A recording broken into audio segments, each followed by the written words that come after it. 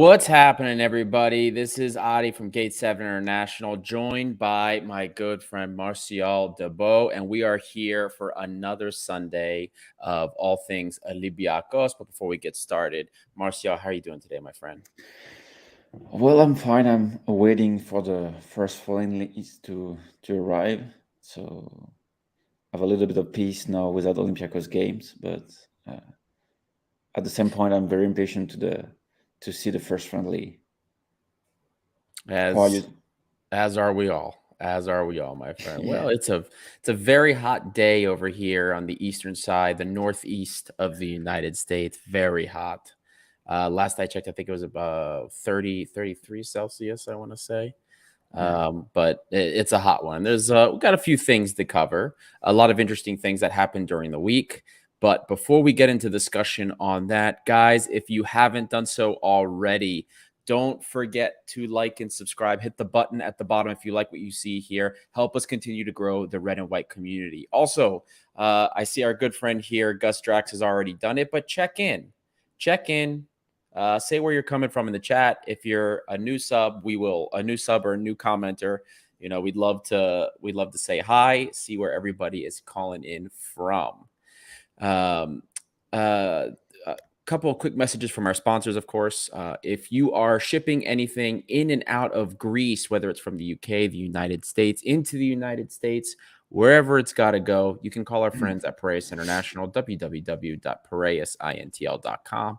And lastly, of course, as always, and as will be the case again next season, if you use your promo code GATE7INTL in all caps with betus.com.pa, you will get your first deposit matched by 125%. So you can turn $100 into $225 after your first deposit on account setup. So if you like sports betting, check it out. It's a nice promo. And then, of course, during the season, we will include some of our own betting cards. We will provide some odds. And I'm going to try and do a lot more this upcoming season with BetUS. I know there were people that had asked and shared with me some betting things.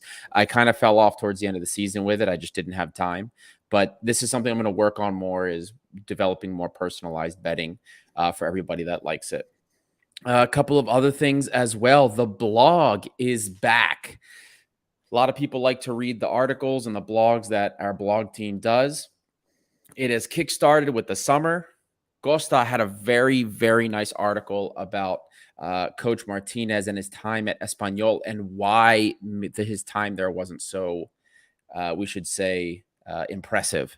There were a lot of things that went on behind the scenes, and there's a lot of context that needs to be considered. So a lot of people that were upset about the hiring of Martinez because of what he did at Espanyol, I encourage you to read that. It's a very, very in-depth, very specific blog that Costa did. It's very well written. And like I said, those are coming back. So if you enjoy reading the blogs, check out our website. All of the blogs are there. I've written some. Martial's written some great pieces. They are in French as well. And you can just Google Translate. It's fantastic. We are multicultural here at Gate 7 International. The giveaway. You guys may have seen that we did a giveaway on Instagram. We're going to be running giveaways pretty much at every 1,000 new subs we get on YouTube. We're going to be running these giveaways. So for 3,000, we did a giveaway. When we hit 4,000, we'll do another giveaway. Hopefully there'll be new kits. But congratulations to Dinos_Aspreas. He was the winner of the giveaway of the jersey for this past giveaway. So keep up to date with that. Again, every time we get 1,000 new subs on YouTube, we will be doing one of these giveaways. One other thing, too, before we get into some discussion about relative Olympiakos news, we've discussed in a couple of shows in the past that during the summer we were going to be introducing some Patreon content. A lot of you guys have asked us about this because there are a lot of you that want to contribute in ways that don't involve YouTube, that don't involve getting, YouTube takes a large percentage of your donations away. We understand that. So we are exploring Patreon content, extra content for people that want to support us, things that we don't want to take away from the experience of the show, obviously, but it's a way that you guys can support us and we feel like we can give something back to you for those that want to do so. So if you have any opinions on what you think you would like for Patreon content, please let us know. You can DM me, you can DM us on the account, wherever. Just share with us your opinions on this, because we want to make this as inclusive as possible. But we want to make it something that's going to be worthwhile to both parties. So, and everything, of course, is going to go towards developing the show and helping us do even bigger and better things with it.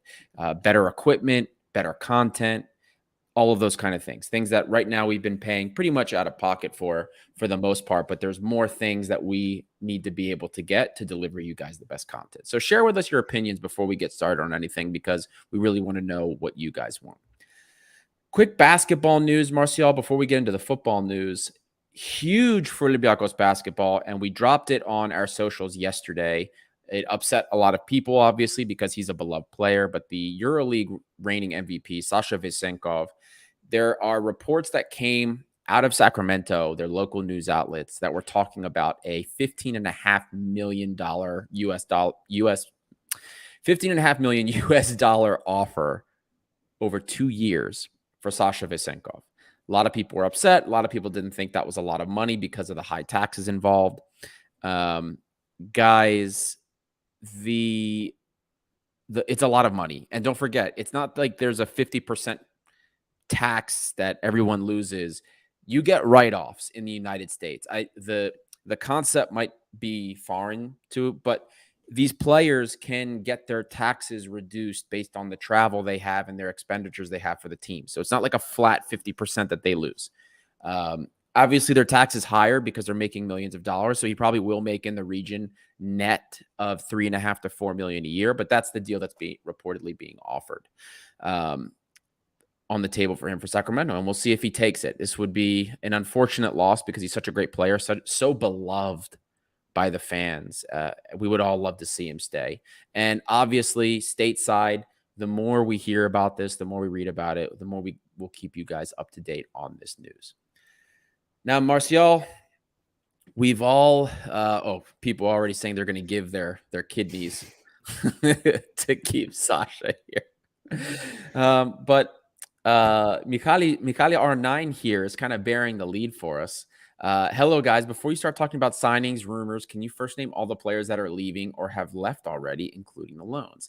Well, Michali, we are going to be getting started with the first set of roster cuts that were announced this week. For those of you that may or may not have heard, earlier in the week, there was an article from Todeka explaining that there's a couple of players, we're all returning loanees that are not part of the plans. Lazar Radejevic, Abdoulaye Dabo, AK-47, Pierre Koundé, Denis Aliagic, Serbian striker, very young, Mamadou Kane, and Gary Rodriguez. These are all the players that will not be a part of our plans, returning loanees, well, except for Gary Rodriguez. They will not be part of the plans this season. We had asked on social media if this was a surprise to anybody, and really, there was only one surprise, Martial. And I think you shared the surprise, same as me and most other people, which was Dabo. What do you make of these cuts and the Dabo situation? I wouldn't say it's a surprise because it have been the thing we've seen with the club recently, that someone, a loanee that comes back and that has some potential won't make it because I don't know, because the club decided it wasn't possible for him to play for Olympiakos. And I'm more disappointed than surprised. But at the same time, the roster is huge, and I do believe that we will have to have a summer in which the huge majority of loanees will have to go permanently. Like, we can't have 2 summers with like 15 loanees coming back, because it kind of fucked the whole plan. Like, imagine you're Diego Martinez. How do you rate 15 loanees? Like 17? I think it's 17. And how can we expect from Diego Martinez to know what Vangelovic can offer to the team, what Koundé can offer to the team? How was Dabo in Olympiakos? who was Ali Gajic and stuff. Like it's impossible. And so I'm disappointed because I do believe Dabo is a very talented midfielder. He has a lot to offer to the club, but both for him and for the club, the better solution is to leave permanently because I don't know how to say that, but maybe we at first when I really followed Olympiakos during the summer, like years ago, I'm sure there was a chance for players to make it in the summer. Like when Madi came, for example, under Pedro Martins, he kind of stole the show during the first friendlies and he established himself as a starter. But I think now in 2023, with the squad we have, it's impossible for Aloni to win his spot on the roster. Even if, for example, Camara scores brace game after games, there is no room for him in the team. And same applies for Kunde, same applies for Ronjelovic, Kane, and it's no surprise for me. And I wouldn't be surprised if there is more player coming back from a loan that would leave the club, like Lovera, Pepe. I don't know. I can't remember them all because the number is very huge. Yeah, and I'm going to agree with you kind of from the get-go. Dabo, for me, was really the only surprise, but at the same time, there was a lot we heard. Yeah, it's not news about what happened at Olympiakos. It was in the papers about some attitude problems that he had there, which is what saw him get benched. It is a shame though, but at the same time, I do remember, and I had made a post about this on social media, that I didn't see how moving forward Olympiakos would make space for the likes of both Dabo and Fadiga. Yeah, they are different players in a respect, but for me, the core component of their ability and the core component of their gameplay, which makes it a choice between the two, is that both of them are ball carriers. And the way both of them have been played, they both were played kind of in the center midfield. Center midfielder going forward. They both had a lot of entries into the final third when they did play. They both showed very, very, very promising skill when they were on the ball. And both of them, especially for at such a young age, and with two teams that really didn't do well getting the ball forward and were usually on the back foot, these guys did very well getting into not just the final third, but getting balls into the penalty area and progressing into the penalty area, into the danger area, we should say. So with that being said, I didn't know how we would make room for both, and I didn't know what the decision would be. I really thought it would take longer to make the decision, but there it is. It looks like Fadiga is going to be of the two in this mold that we're going to be going forward with, and Dabo is going to be finding a new home. The other ones, Lazar, I know everybody kept telling us it was a sale. We told you he was coming back. He's back and he's leaving again. AK-47. We're thin on strikers, thin on center forwards. We know that that's a priority, and we're going to get into that. But losing him makes this a little bit more, the need for a signing much more dire. And the situation is going to get interesting, especially considering the three priorities that we heard about earlier this week. It was an article from Kotsis, Nikos Kotsis, I should say, for Todeka as well.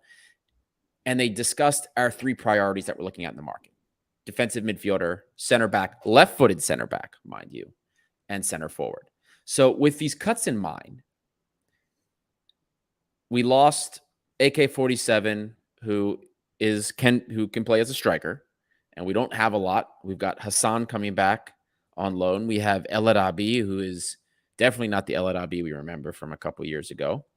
And also a player that we know from previous press releases. No, I don't want to say press releases, articles and statements from the press that going forward, maybe something would be done about his contract. And then we also have some of these other moves at wing where we're thin. And these are the priorities. So what do you make of this, Martial? I mean, we know we need ones. We know center forward is a priority, but with AK-47 gone, we just have Hassan, who I don't know if he's really going to be sticking around, and El He's Arabi. injured One anyway. signing? Hassan is injured until That's right. October. That's right. I forgot he had the Knee. ACL. That's right. But on Camara, the issue is that I kind of agree with the comment of Alex, because when Camara came at Olympiakos, like uh, I didn't I didn't remember him like being not happy, but he didn't try to make it look an opportunity for him, because in the first game he played, like I remember when he came in against Nantes, I think he was coming back from an injury, like he was very unprepared, and Right. it's frustrating because I'm not I don't believe he's a bad player. Like, okay, he's not probably at the level required to play for Olympiacos, but I remember seeing games from him with Haris in which it was kind of interesting, like kind of speed, powerful. He had some qualities, and but it came to Olympiacos, and it seems very strange because he did not prepare for it. Like he wasn't even fit for the season, and when he went back to Aris, he didn't make anything because he wasn't ready physically, and it's frustrating. And maybe the club had a shot this summer to prepare him good, like just for July, August, and maybe offload him at the end of August, because you always need a striker on the bench, and you don't know what can happen during qualifiers. Like we spoke about Rangelovic before, but Mm-hmm. we remember Rangelovic? He showed us that during the qualifiers, the most ready player in terms of fitness can make a huge difference. So I think it's a bit risky because Alga Simba is playing the African Cup, under 23 African Cup, but yeah. Otherwise, for the priority, like the defensive midfielder, it and the center back, maybe it's connected with Mvila and Socrates leaving, even if Socrates is not left-footed. But the defensive midfielder, obviously, it's to replace Mvila, and we do have a loanee that comes back, which is Madi Camara. I'm not sure is still in the plan in terms of mental, in his head. Does he want to play for Olympiacos? But I don't know.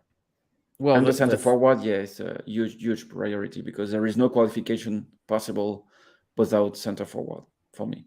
exactly. Well, with the Mahdi issue, well, why don't we do this? We should talk about the implications. You already brought up the fact that we're prioritizing a signing at defensive midfielder, a signing at center back, left-footed center back as well. At that, it does seem to kind of help us reach the conclusion that perhaps we're not renewing Jan Villa and Socrates. It also doesn't make it any better, or I don't want to say better. It doesn't make it seem like they're staying when all we've been hearing in media is that they're probably going. Yeah, we've heard in some of the statements in the media that they have said, "Oh, look, Jan Villa's getting great offers from the Middle East. He's got to go." It just kind of seems like they're making that the foregone conclusion that he's gone, and that makes me think that it's not happening. Because what are we going to offer Jan Villa in terms of wage? He's not going to make the 2.5 million, roughly, that what he was reportedly to be making, not even close. Socrati, I think the writing's been on the wall for that. That doesn't surprise me. He's the career is all but over for him at this point. How much more does he have to really give? Now but the implications continue. So it's the way that it's been reported. It sounds like we're only making one signing. We're prioritizing a big signing in each. Now, I don't know if that means we're going to be also signing more, like depth options. But if we're prioritizing 3 signings, one center forward, one defensive midfielder, and one center back, doesn't that kind of tell you that we need at least these 3 things, but we're comfortable with the other options that we have? Because that's how it feels to me. And where I begin to worry a little bit is, okay, we replace Socrates, no problem. Are we going to be holding on to Cisse and Ba? We're replacing Yan and Villa. Okay, with another DM. We have Mbam Huang. Kunde's gone. Are we going to run another season with Bukhalakis? What's going to happen with Sorlis? Are we comfortable with him? Is Agibut Gamara going to have a role deep in the midfield? Because we know he's not going to play as a 10. What We have are so these many questions players. going through your mind? Because this is what's been going through my mind since I read about it. Yeah, yeah. No, my main question I have is when you compare Olympiakos to another club in Europe, just think about another club in which a player went on loan and comes back, and like there is no room at all for him to have a chance to prove he can make it, because it's probably Olympiakos, one of the few clubs in Europe when the loanee left, he needs like impossible condition to have a shot to establish himself in the lineup. Right. Even players we paid big money for them, like Pepe, for example. I'm not saying he is the solution to replace Villa, but we've seen like Kasami playing this season. We've seen Bukhalakis arriving at a point he had to leave for Turkey in January. So we have from time to time we have a lot of gaps in the team that can be filled with loanees that come back, and because for some of them they will leave from. And the question I have is those uh, those players, do they really want to come back to Olympiacos? I don't have the answer, but when you're Pepe, for example, I've seen this been leaked with Oviedo. He was in Cartagena last season. Like those are clubs that are really inferior to Olympiacos for me. Like Mhm. it's Spanish second division. When you're Madi Camara, you went to Roma. You did not play at all at the end of the season. So when you consider Olympiacos, it's probably a good opportunity for them to play at a good level. And it seems that both from the club and for the player, it's impossible for them to stay. And I don't really understand why. Because Yeah. when you take another club in Europe, a loanee that comes back, at some point he will have a shot to prove he can make it, but not in Olympiacos. Yeah. I think that's a fair statement and a fair thought, something to really consider, Martial. Quick, we got us a couple of comments that came in that I wanted to touch on real quick. First, we have one from Nolan Lidner Fox here, and this is an interesting one that we haven't really mentioned yet. He says Agasim Ba needs to be third striker. We know that he was called up, obviously. He's at is it U21 AFCON or U23? U23. U23. So he's there. He actually, I know he just scored. He just scored a goal. We posted it on socials. He's one that I think he's going to be part of the plans. I think he's going to be part of the Yeah. roster. Maybe he won't be in the starting 11 very often. Maybe he won't be in the mission, as it were, very often. But I think he's definitely going to be at least an ancillary part of the team going forward. He's a very talented player. He did incredible stuff with the B team this year, well Yeah. beyond that level. I think he deserves to be a starter. I know you agree with that. Look at my eyes, DC, kind of following up with that. I don't know about y'all, but I want a young striker this time. I agree with you, man. I think Agasim Ba has what it takes. Quick side note here, Nolan Lindner Fox. What are your guys' thoughts on Servette Genk draw? Well, Lambro spent a lot of time in Switzerland, went to some Servette games, and the expert scouting analysis we have from Lambro is that they are trash. They will probably lose that, and that's who we will play against. So that is the analysis from Lambro, who went and saw them play and said that their level of football is really not good. Marcel, we have a couple comments here about Pepe. Not just one from Nolan Lindner Fox, who said we never gave him a chance, but Adis P here. Even if Pepe has some qualities, he's not physical or quick enough for the midfield we need to build. I think that I'm more in agreement here with Vios in that respect. He says here, apart from incoming transfers, we have to get rid of the deadwood. Hassan, Pepe, Carvalho should be sold. I'm in agreement with this. Pepe doesn't want to be here. And he said in his Yeah. interviews in Portuguese press that he'd rather stay in Spain. He thinks it suits his game. He didn't do well in Turkey. I would much rather get rid of him. It was a mistake. I don't want somebody here whose head's not in it. He doesn't want to be here. Fine. Goodbye. Yeah, and we need to sell him, like, Yeah. reducing the amount of loans also means that players like Pepe, Carvalho have to go permanently. Concerning Hassan, well, I think we saw this season that a second striker that is able to have good numbers is not really easy to find, and Right. we all remember what Hassan did when he had the chance to prove it could be a starter for Olympiakos. Like, it was disappointing. Uh, it was disappointing in most of this game, but the amount of crucial goals he scored is, for me, unmatchable for a second striker. And when you're a second striker for Olympiacos and you play Europe, like, you will play probably 20, 25, 30 games. And I'm pretty sure it's better for him to have those 30 games than playing in Turkey, because it's not wanted by big Turkish clubs. So I wouldn't mind to keep him in the squad, but unfortunately he's injured, so we'll have to let him go maybe. Yeah. I don't think that's avoidable at this point. From our good friend Fetano here. Fetano, I haven't seen you in a while, my friend. Saying, how come Dabo isn't in the plans? Well, we touched on this a little bit earlier.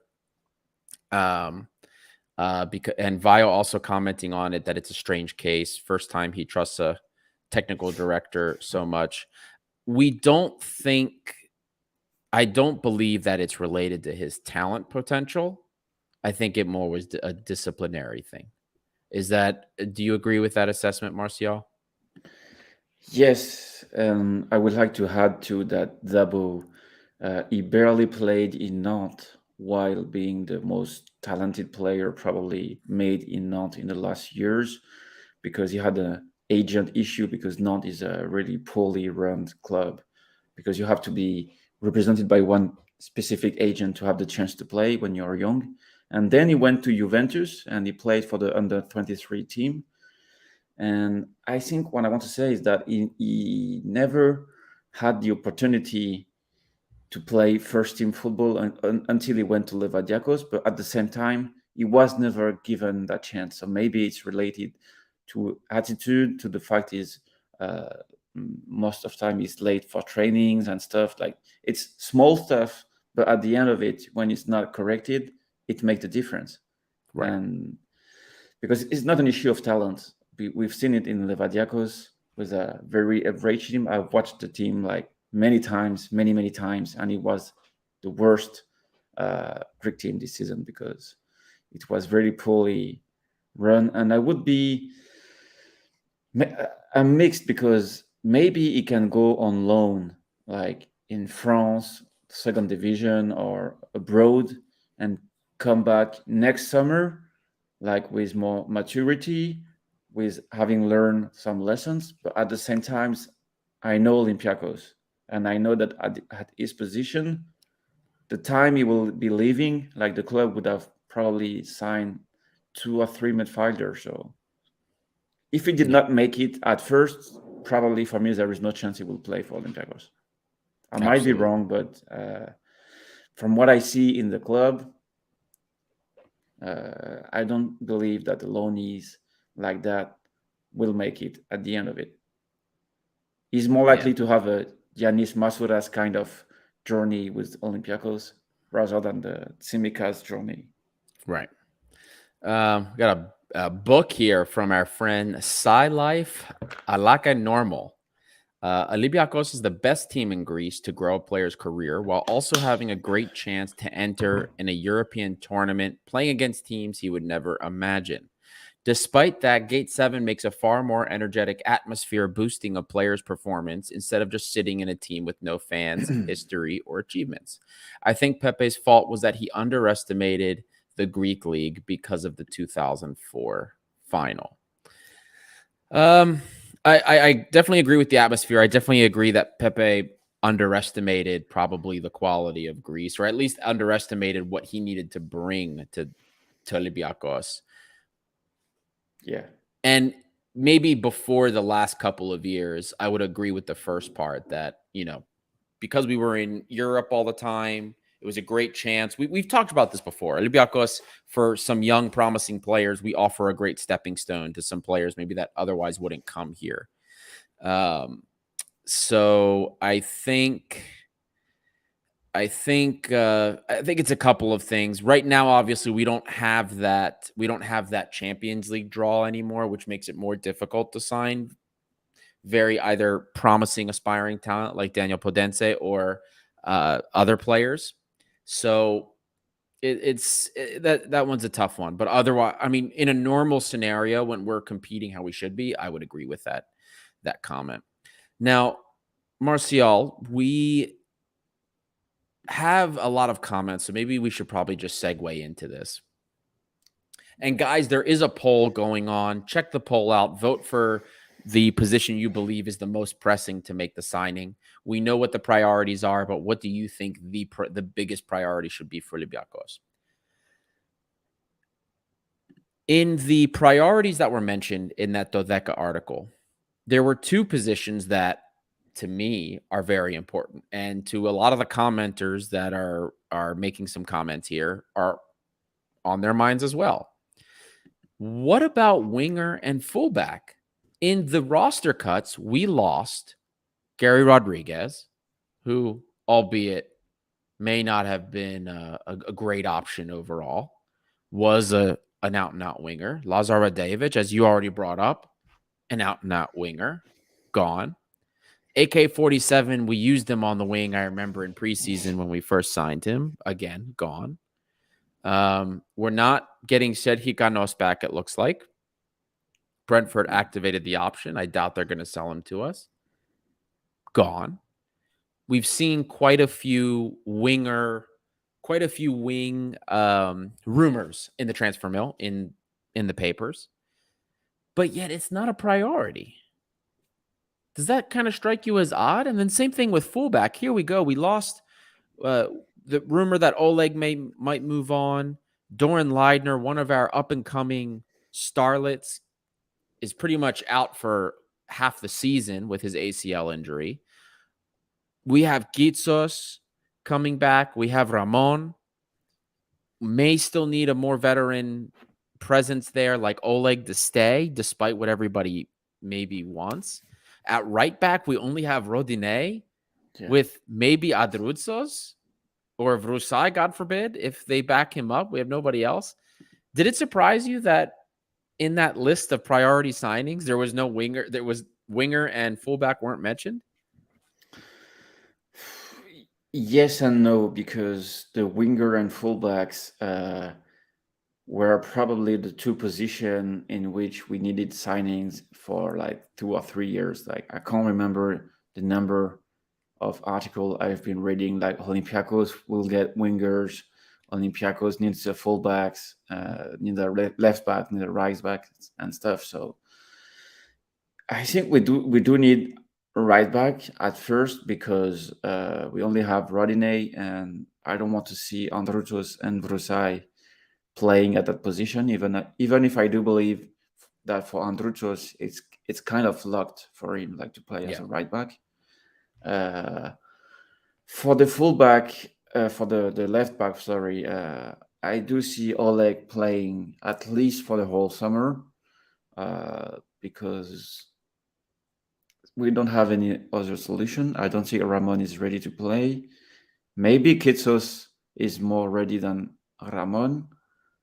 And on the winger situation, maybe it's time for Butucci, sorry if I pronounce it correctly, to have a shot to prove he can make it, because he disappeared like in 2 weeks. Yeah. He came, we had high hopes, and he never get the chance to play. But yeah, we do have also Vrusai as a winger, and maybe Zinkernagel will play some games during the summer. I'm not sure of it because he's not back yet, but summer qualifiers is a very strange time because you have players that will play like Tiquinho last summer. He played until the end and left like the very next day. So it's very strange. The clubs hold on the players because they need them, and so yeah, it kind of depends the uh, facility we have to bring players that Martinez and Cordon wants for Olympiacos, because the first names we've seen looks like really hot cases for Olympiacos. So Yeah. I don't really, I don't know. We need so many players at the same time. We need new players, and at the same times to get rid of so many players. It's insane.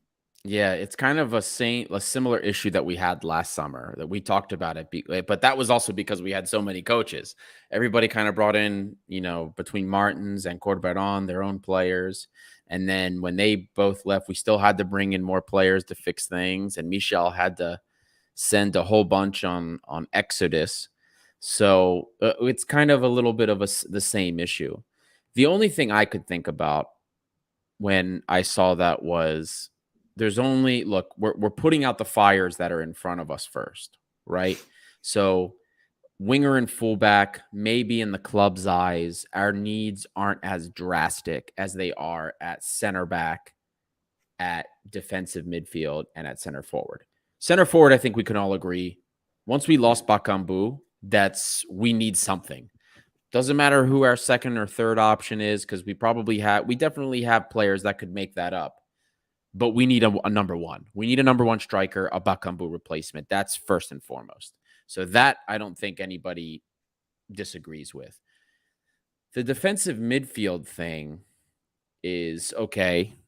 We're probably losing Jan and Villa, but we have options.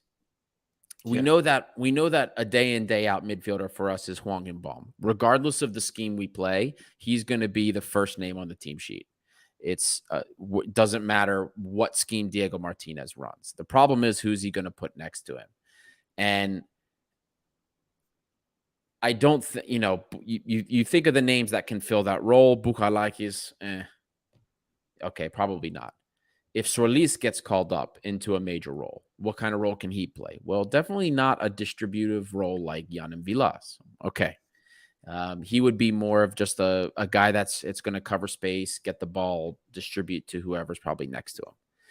Agibu, box to box, definitely has capabilities with interceptions, especially if it's in the final third, is definitely a threat on set pieces.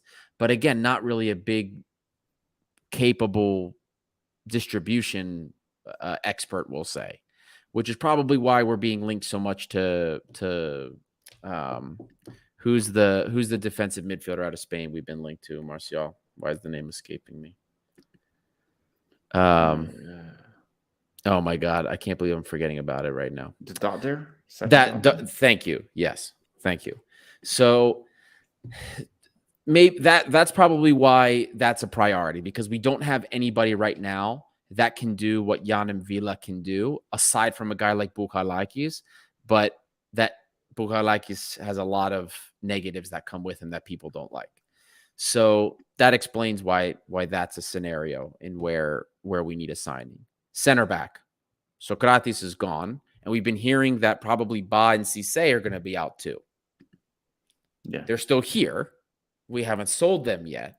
That's the only thing I can think of as to why that this would be such an important signing to make, is if we literally lose them in addition to Socrates. If that's the case, we don't just need one center back, we need two at least.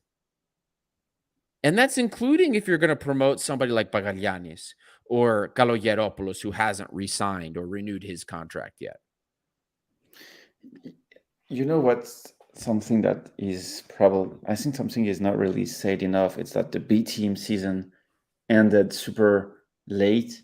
Yeah. And how can we expect players like Solis, Bagaglianis, Costi, because he was mentioned on the comments, and I do believe he's a really interesting midfielder. Those players, they have no chance to make it with Olympiacos, because they would need to be at the very first day in ready to be with the first team, but they need a break too. So it's very very like, do you imagine a B team in another club in which the season ends in mid-June and starts again in like September, October?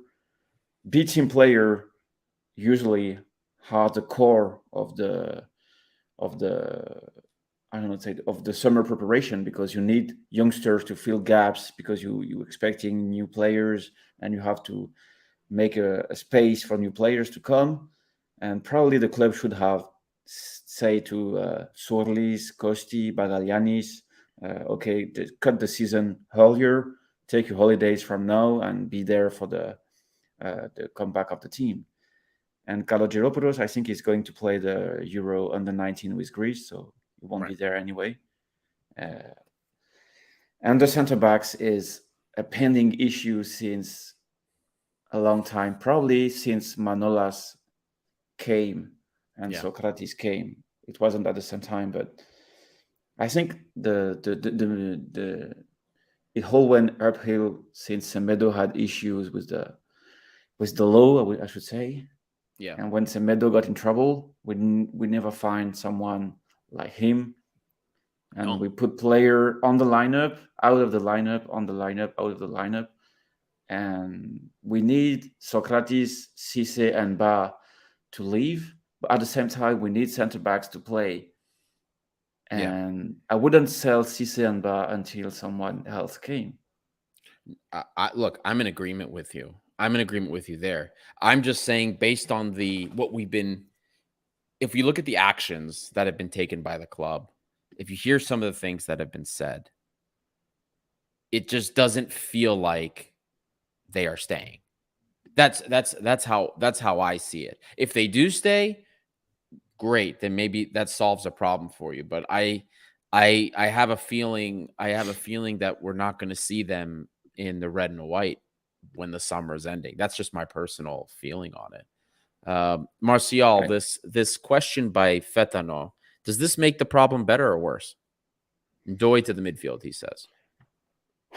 It's a tough question, because I would like probably the player himself to respond to that, but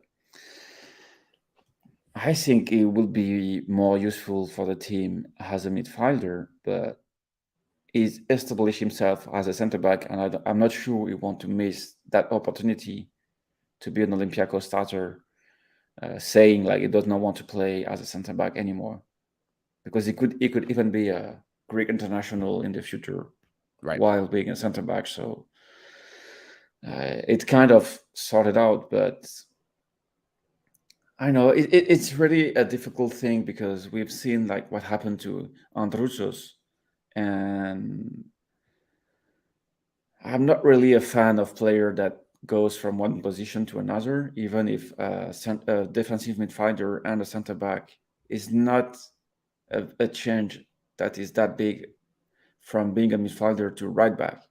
Right. But I'm not sure Endo will be a defensive midfielder anymore. So I'm I think expecting that's him fair. to be one of the players from the um, I don't know the word in English. The skeleton of the team, like the Right. goalkeeper, Yeah, yeah, yeah. Endoy, Wong, and maybe Fortunis. I don't know, and the center forward. Right. No, like the core. Yeah, the core. Yeah. I see what you're saying. I see what you're saying. We got a couple of comments, more comments coming in here. This one from Nikos Kaladas. The new players have to get their chance inside a healthy, well-oiled machine. Can't throw players in there just for the sake of giving them chances. I think he's referring to the prospects, not the Yeah, new yeah. transfers coming in. And he's 100% right there. He is. He's We need 100% right. we would need a preseason before the preseason. Exactly. Like Exactly. the loanees should have a preseason on themselves, playing friendlies, and then they can go to the first team preseason. So But it's so insane when you think about it. Sometimes I wonder, because I'm a French football fan too. I'm a Marseille fan, and I want. It's not. We do have like 4 or 5 loanies that come back, Right. including De La Fuente, and people get mad because they say, okay, 5 loanies, they didn't play in their club. The club is down, but they have a chance to make it into the first team. But at the same time, I'm thinking about Olympiacos, like 15 players coming back, different ages, different position. Yeah. Uh, it's I wouldn't like to be Cordon at this time. Like, okay, Yeah. how do you tell players there is no room for you? You need to live on a loan again. Right. It's difficult. Well, kind of bringing it back to what we were talking about before the questions and some of the tangents, we already kind of figured we did a thought exercise about why center back, defensive midfield, and center forward are priorities. So winger and fullback, maybe why they are less disasters that need to be cleaned up than the other three scenarios is because we've got at least some workable personnel there. You know, Bututsi you already brought up. Maybe we see something in preseason. Maybe he has something to offer. We know we have Masuras. We Zinkernagel, depending what happens. It sounds like from what has been reported during the year, it sounds like he would prefer to stay in Belgium, is what it sounds like based on what's been reported in media. What we know is that Standard Liège has no money. They will not be bringing him back. His old coach at Bodo Glimt in Norway, it is Norway, right? Or is that Denmark? It's Norway. Yeah, I think it's Denmark now. Okay. Look, I had a brain fart. Anyway, his No, it's old coach. Norway. It's Norway. It is Norway. Okay. His old coach is now at Bruges. So perhaps there's an inroad for him there. His loan technically doesn't end for a few more days, so maybe he checks in. He's been doing very well at left wing. So let's assume he comes back, maybe we have an option. We have another option there at wing. So right there between Masuras, between Zinkernagel, Bututsi, you have a couple of options there, workable. Masuras is Masuras. We know that he's going to be around, regardless of what anybody says. He's going to be there, especially the type of coach that Martinez is. The work rate that he has, he's going to be a part of the team. Then there's BL. So is BL going to be an option that we have on the wing, or is it going to be something else? Because in the same article that was written in Dodeca about the priorities for signing, they also talked about how Cordon and Diego Martinez in particular, thinks BL is going to play wants BL to have a very important role within the team, a pivotal role. They don't outline exactly what that is.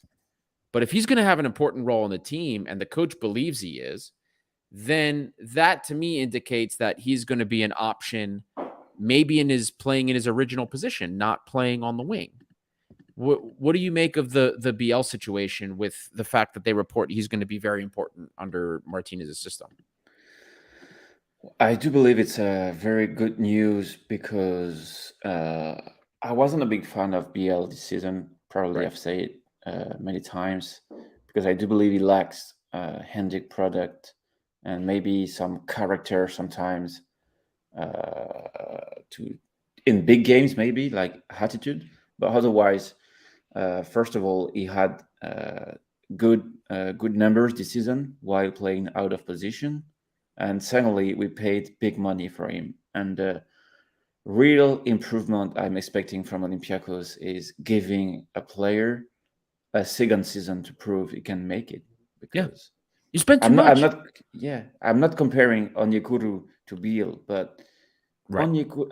I'm pretty sure that Onyekuru with a second season would have been at least decent as a winger. And Biel is Spanish. Cordon and Martinez are Spanish too, so maybe the communication will be better. He has no players like James to steal his position, and the picture looks better for him to establish himself with Olympiacos because we know that it isn't a club like every other club in Europe. Maybe it takes time for players to settle, to be able to be good. Not everyone can be good at Olympiakos since the Yeah. very first day. So, and he knows European games. He's still young at the same time, so he can improve. So it's the news we were expecting, like the way the club thinks, giving another chance for Biel, putting him in the better condition, not signing someone just because he has a name, and it gives me optimism. Yeah. Sorry, but at the same time, it's very versatile because we don't know what can happen during the summer, and especially with Olympiacos.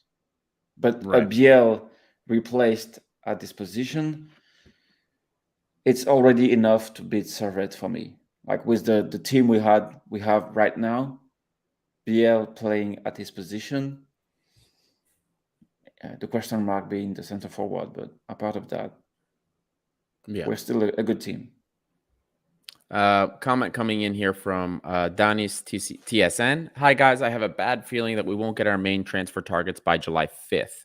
From what I understand, Cordon doesn't like to rush things. Look, guys, we don't have early qualifiers right now.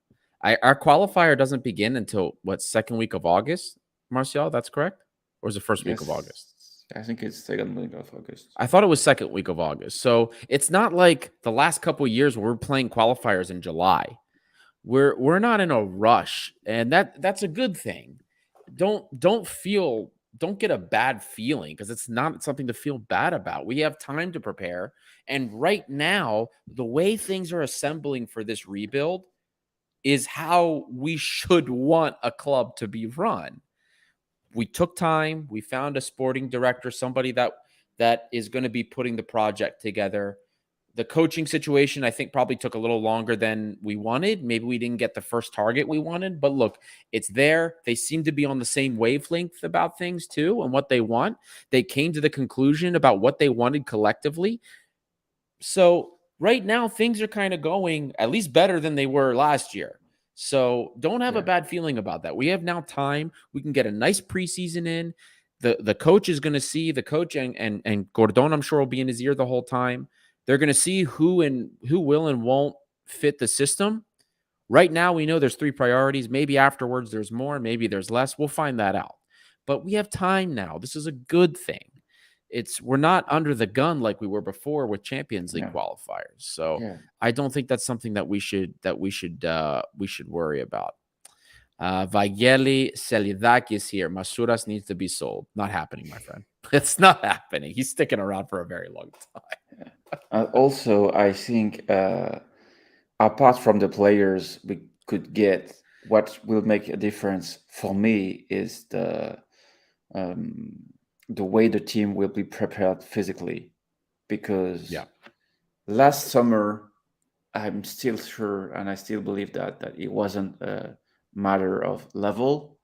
Yeah. Even if we made bad transfers, I do agree with that. But when I saw the team play from the stadium, like the team was probably very unprepared physically, Right. and the qualifiers, it's a matter of fitness anyway. If we arrive against Servette or Genk being well prepared, even with one, two, or three signings max, we can make it. Like against Krasnodar under Martins, it was a matter of fitness. The team was ready. Obviously, it was about quality too, but Yeah. it was about the readiness of the team and like with players like Guerrero and stuff. But remember, El Arabi wasn't ready. He did not play as a starter at first, No. Yeah, you're right. compared to last summer, in which he started every game Yeah. being unprepared. And we saw the difference. He wasn't able to run, he wasn't able to press, he wasn't able to do anything. Yeah. And maybe taking more time with less players prepares them well. Like even Masuras, because we're talking about Masuras, a well prepared Masuras is still better than probably 60-70% of the players we could face in a Europa League qualifiers. Can you I, name me a players from Maccabi Haifa apart from Piero? No one remembered them, but because no. they are not really better than Olympiacos player, but they were more ready by far. and we saw the difference. Yes. That is a very good point, Martial, and I agree with you there, 100%. We got a comment here also from Christos Khodrogiannis. The only thing I know is that we should keep Fortuny in the starting 11 at all costs. Well, Christo, if you guys checked out the tactics analysis we did on Diego Martinez. Look, I agree with you, man. I'm a huge Fortuny fanboy myself. I love that style of player, even though it's probably dying or it is all but dead, we can say, in the modern game, that type of 10.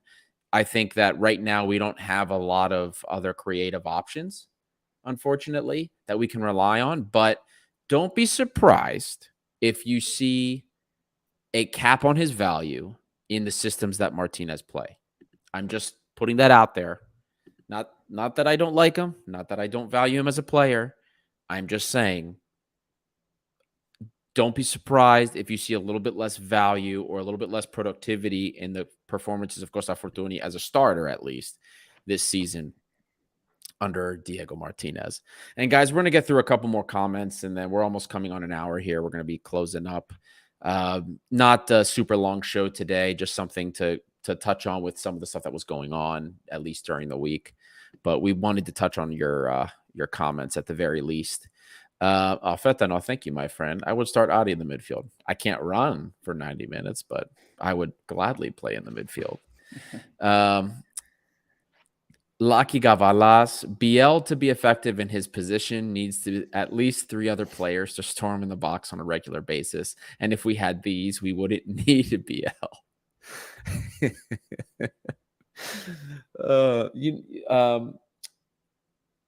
Lucky, all I can say is, and I understand there's been this very polarizing view of BL. You have people that see value because we didn't use him correctly, and the other people that say because he didn't play well, even when he was given time in the position he played, that there's no value. You have to get rid of him. I think if we don't see a solid performance this year from BL, then we're never going to see it at this club. If there is a coach that can get the most out of BL, I think it is Diego Martinez. I don't know how he's going to do it because the systems we saw BL succeed in were false 9 or behind the striker. And Diego Martinez plays a 4-2-3-1, so he does play with a guy behind the striker, which I could see, but he doesn't use a false 9. At least he didn't use a false 9 anytime I watched. So what do you think, Martial? It's a big question because I'm pretty sure if we have an offer for BL that tops 5 million, maybe the price we supposedly paid for him, I think is gone.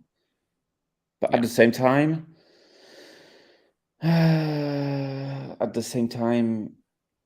is probably one of the last offensive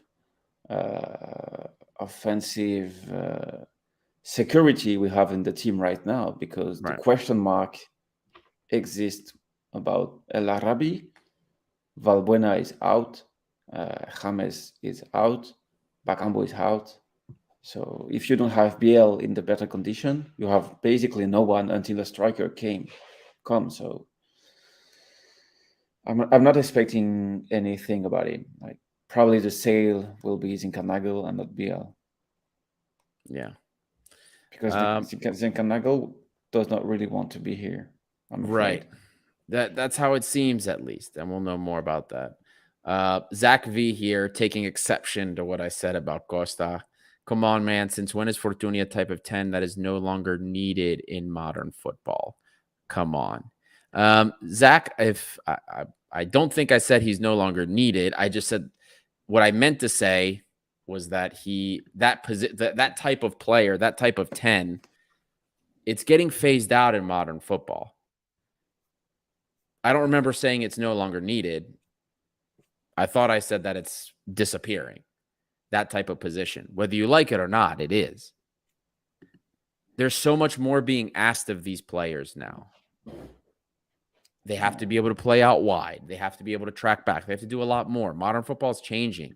These type of 10s that we loved and Costa's one of them. And he's my favorite player right now on the team. So I'm not saying this because I don't like him as a player. I'm just telling you this mold of player, that style that he is, which is a player that relies a lot more on his creativity and talent than other things. They don't survive as much in football now as they used to. That's a fact. It sucks because that's my favorite position and it's dying. Martial, do I have that incorrect in your expert opinion as a real football journalist?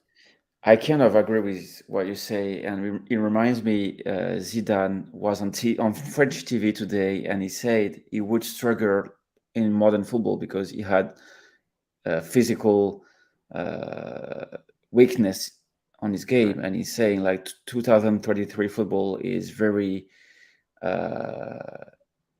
I don't know to say that, but it does not have the package in terms of physics because he had trouble to recover and stuff. And about Fortunis, I'm mixed because I'm not expecting him to be the starter of the team, the leader. Right. But he has a lot to offer, and he has more to offer than being a super sub like Valbuena was last season. Yeah. He's look in a previous 10 years ago, we can even say, right? Costas Fortuny is a player he's the mold of a player you could have built a team around, right? And you would have had a lot of success then, that type of player. But that doesn't work now. You don't build teams around one player anymore. You don't build teams around one creative player. You have to build the team. We've talked about this before.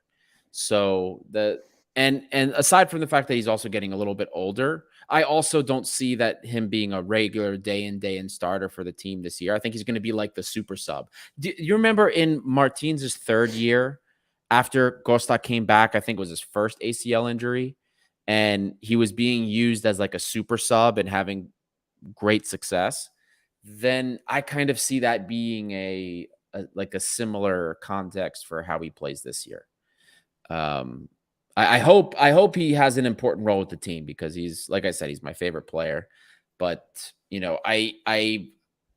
I've been seeing, the more tape I watch on Martinez, the more I kind of see the writing on the wall for a player like Costas Fortuny.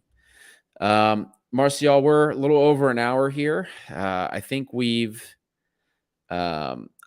seen, or I think we've talked about kind of everything we wanted to talk about here. Anything else you wanted to say before we start to wrap things up? Yeah, I'm kind of sad because no one talks about Valbuena. We don't know what will happen to him, but he's most likely leaving. And I don't think he was deserving to leave like that. I do know he had greetings when he came off during his last game in Karaiskakis. Yeah. But I think he probably deserved what Marcelo had when he came to sign for Olympiakos. Yeah. If someone in this club deserves a full Karaiskakis for something that is not a game, it's Valbuena, because it's a very small part of Olympiacos that is leaving the club.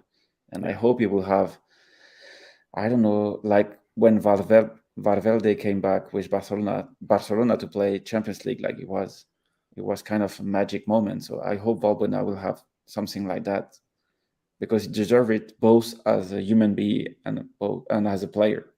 Yeah, I agree with you there. 100%. And then Vageli bringing up the referencing when I talked about Costa as the super sub when Fortuny Valbuena alongside El Arabi saved Martins' career. Yes, I do remember that. That's what I was referencing. And and then the treatment of Fortuny after that was something I still won't forgive Martins for, but whatever. We're not going to get into that. Anyway, Martial, anything else before we go ahead and wrap up? No, I think we did spoke about everything. Well, boys and girls, if you haven't done so already, don't forget to hit that like and subscribe button. Subscribe. Any engagement you do helps us in the algorithm attract more red and white fans. It helps us find more. It helps us pull more in, and it helps us grow this community. The final results of the poll. What do you guys think we need the most right now? regardless of what we've heard, regardless of what you've seen as a priority, 41% of you that voted said that a fullback / center back is what we needed the most. Sorry, I'm only allowed to do 4 positions, so I had to consolidate fullback and center back there. So fullback, center back was seen as the most necessary position to make a signing for first, followed by 33% of you said center forward, and then 18% with defensive midfielder, and only 8% thought winger was our most pressing. So maybe that's why winger isn't a priority, because they think, just like we and the fans do, that there are other fires that need to be put out first. More specifically, center back and forward. So there you guys have it. Thank you all again for tuning in. This is Gate 7 International, by the fans, for the fans. Martial, thank you so much again for joining. I know it's late for you up there in the lovely, lovely country of France. Martial out there enjoying his croissants and baguettes all day, every day. Well, anyway, thank you guys for tuning in. This is Gate 7 International, and we will see you all next time. Bye-bye. Ocupa, gente,